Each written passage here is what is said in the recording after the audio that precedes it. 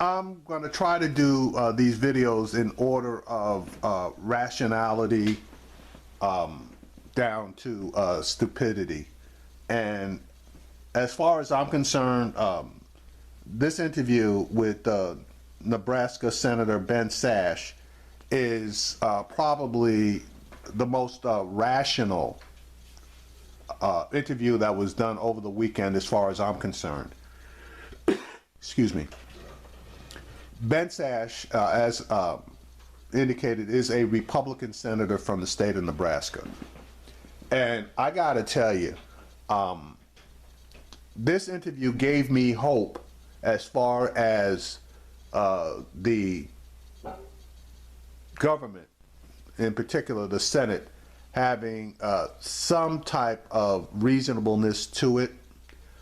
And even though I may disagree with some of the positions that Senator Sasse takes, I gotta tell you, this guy, in my opinion, may be the most rational Republican in Congress today, because he basically did not dodge questions. He was asked questions on this particular interview, and he gave straight answers. Now, you may or may not like his straight answer, but at least he gave straight answers. He didn't genuflect for Donald Trump, and he didn't throw his own Republican Party under the bus. He called it the way he saw it. And I got to tell you, I could become a fan of this guy as far as the person, and again, not necessarily the overall policy positions that he takes. But again, no two people agree on everything, but most people can agree on some things, and that's what I think Ben Sasse put out there to the American people, and in my opinion, is hope for the future. Here we go. Senator Ben Sasse right now. He's come to us from Nebraska this morning. Senator Sasse, thank you for joining us this morning. You just heard Senator Klobuchar talk about Judge Gorsuch there. Do you believe he's a mainstream candidate? Judge Gorsuch is a rock star, and I applaud the president for this pick. This is the kind of guy that the founders envisioned serving as a judge. He affirms the three branches of government and wants to defend individual rights and uphold the Constitution. Everybody across the political spectrum should celebrate him. Is it going to come to the nuclear option, and would you support changing the Senate rules? Sure, I don't know why people would be questioning Gorsuch. If you start reading his opinions, as I've been doing the last 3 weeks, he's the kind of guy who, I'm sure, late at night when he gets home from his chambers and takes off his robe, he probably has personal political views, but reading his opinions, I can't figure out what they are. He knows what a judge's job is, and he wants to defend the Constitution, and he's not trying to be a super legislator. So I think it's premature to talk process fights when I think people across the political spectrum should be excited about this judge when they read his opinions. Confident? Now, this is a spot that I disagree with him on as far as the judge is concerned, and I'm going to leave that piece right there. Will be confirmed? I think he will. And let's talk about, you talked about the three branches of government, and during the campaign, you were actually quite critical of Mr. Trump. You said he displays essentially no understanding of our constitutional system of checks and balances with these three separate but co-equal branches of government. Are we seeing that again with this attack on a so-called federal judge? I'll be honest, I don't understand language like that. We don't have so-called judges, we don't have so-called senators, we don't have so-called presidents. We have people from three different branches of government who take an oath to uphold and defend the Constitution, and it's important that we do better civics education for our kids. So we don't have any so-called judges. We have real judges. And on the travel ban as well, you've been critical of the travel ban. You said it will make our country less safe. I guess the question for you is, what can the Senate do about that? Well, actually, back up. I'd like to give the full context of what I said. I applaud what the president is trying to do in focusing attention on the fact that we haven't taken borders seriously enough, and we haven't done enough vetting of a lot of different folks trying to come to the U.S., especially from nations that have failed states. If you look at places like Syria and Libya, there hasn't been enough vetting going on over the course of the last couple of years, and so I applaud the president's goal. Now, once we affirm the goal of trying to make sure that you don't have jihadis infiltrating terrorist flows, we need to make sure we're doing it in a thoughtful way that's thinking about the 10 and 15 and 20 years long battle we're going to have against jihadists. There are two ways that you can go wrong in our long-term fight against jihadis. One would be to not acknowledge that terrorism, and especially jihadi-motivated terrorism, comes from specific places in the world and is connected to specific ideologies. But another way to fall off a cliff and harm our long-term interests would be to imply that the U.S. is at war with Islam. And obviously this wasn't a Muslim ban, it was a travel ban, but it was done in a clunky enough way that initial weekend that jihadi recruiters could present it to the people they're trying to recruit as if the U.S. is against all Muslims. And we know that we're not at war with all Muslims. We're at war with a subset of Islam that believes in killing in the name of religion, as jihadis do. So we got to have a long-term focus in the way we implement this. And frankly, I think the administration has taken some important steps to improve upon the clunkiness of the initial weekend. Now, I can agree with some of that, disagree with other pieces, but at least he stated his position.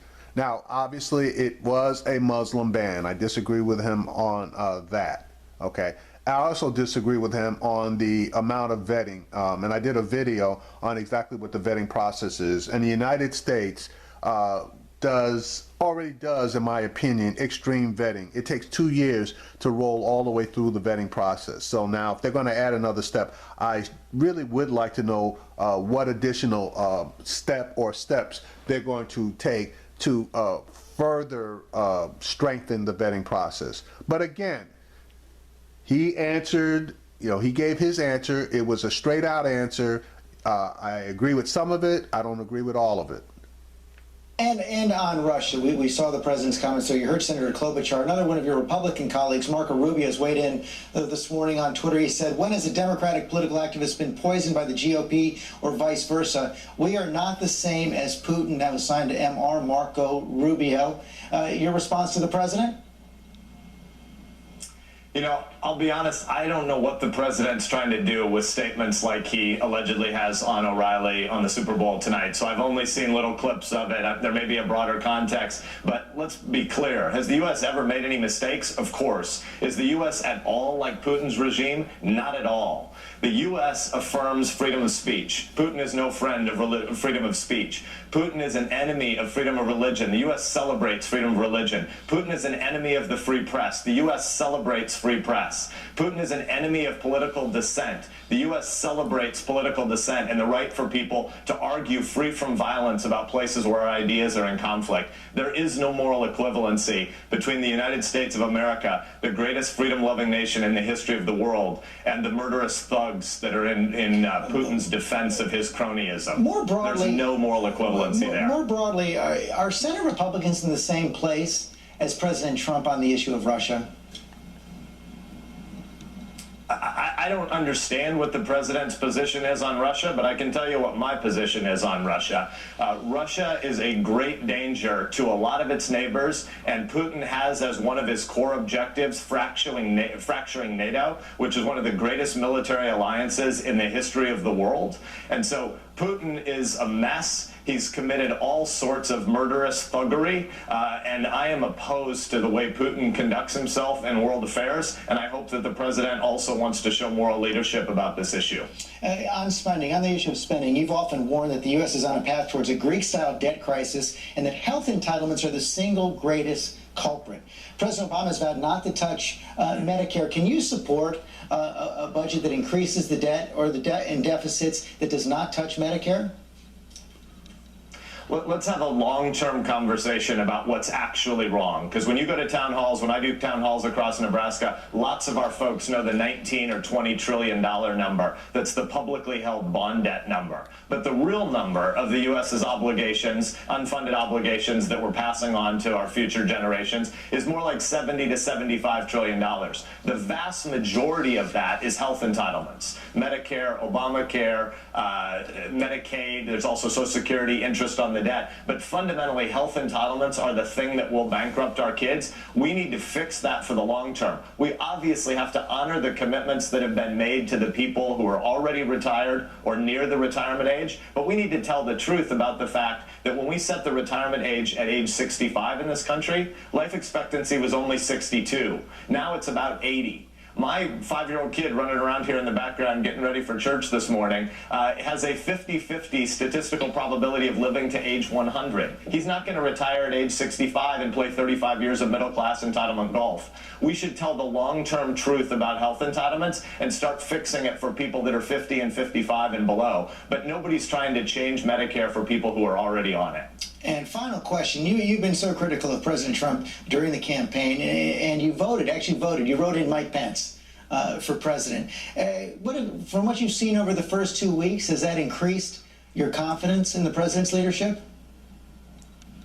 You know, frankly, I don't think we do a great job in this country anymore of distinguishing between campaigns and governance. We live in an environment that's all campaign all the time, and it's helpful now that we've moved beyond a campaign and an election to get into a governance posture. And my position is this: the president is the president, and every American, regardless of who you voted for, if you voted for Donald Trump, Hillary Clinton, Donald Duck, I don't really care. We should all hope that the president does a good job, that he's surrounded by wise counselors, that he advances U.S. interests, and we should vigorously debate policy differences. We have too much all or nothing in American politics. People think if they voted for somebody, they should reflexively defend everything they do or say, and if you voted against somebody, you should just as reflexively oppose everything they do or say. It's not very helpful. What's more constructive for our kids is to go on a case-by-case basis, evaluating particular policies. When the president does something great, like he did in nominating Neil Gorsuch, absolute rock star, I'm going to applaud him and salute it, celebrate it, and try to campaign hard for Gorsuch to get confirmed. On the other hand, when there are places where we differ, not just with this president, but with future presidents, we should have more vigorous debate. In the American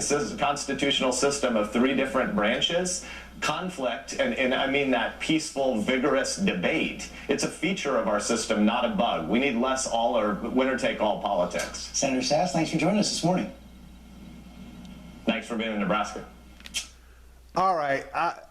Again, that last piece he did, I cannot agree more as far as his thoughts on debate and how we deal with disagreements and the fact that we shouldn't all retire into either the far left or into the far right corners, but we need to congregate around the middle and have meaningful, honest conversations regarding the issues and in order to arrive at the most positive place for the American people. You know, I kind of like this guy, so I'm going to keep up with him. Again, he's a Republican, so by definition, I guess, well, I'm an independent, but some of the ideas that he has, obviously, I'm not going to agree with. But again, some of the ideas that he has, I am going to agree with. So, you know, like I said, I kind of like this guy. Let's see what happens and how much of a voice he's able to generate within the Republican Party.